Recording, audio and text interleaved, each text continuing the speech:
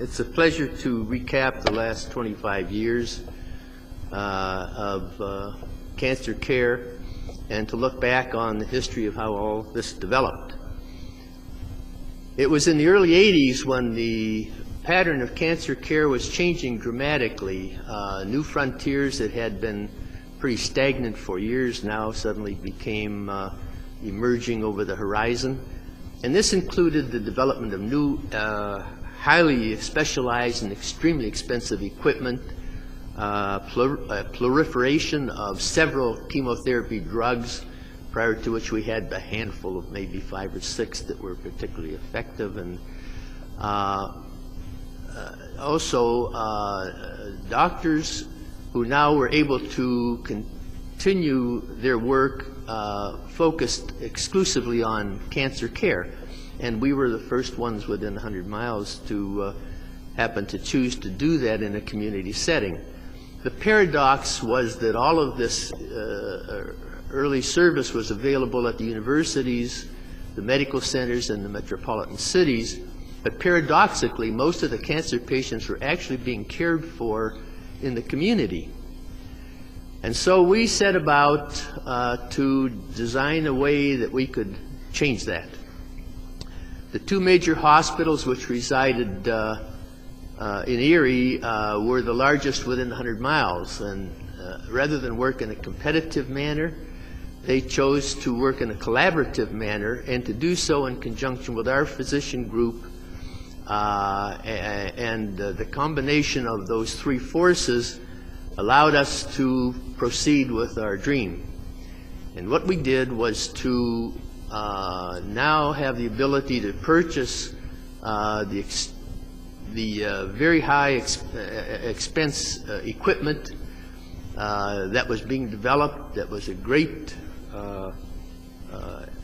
advantage. The physicians were able to utilize the chemotherapy programs I talked about, and we were able to do so in a community setting. As you may have noticed, the cancer centers built near the throughways so that patients coming to town would be able to have their travel facilitated and the travel time lessened. It became evident that to help the cancer patient further, wouldn't it be nice if all the services that he needs could be provided under one roof? And we, in fact, then did exactly that. Some of these services were added even after the Cancer Center opened its doors in August of 1987, when our first few patients trickled through. We had 27 employees, if my memory serves me correctly, when we opened the doors. There are now over 160.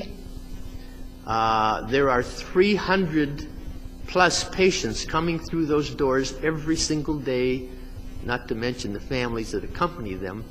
And 2/3 of them reside, or 2/3 of them are there just for the radiation and the chemotherapy treatments or combinations thereof, or visits with the different specialists, physicians, and also to take advantage of the fact that what the patients call one-stop shopping, the X-ray laboratory, consultation services are all there to be delivered at one time.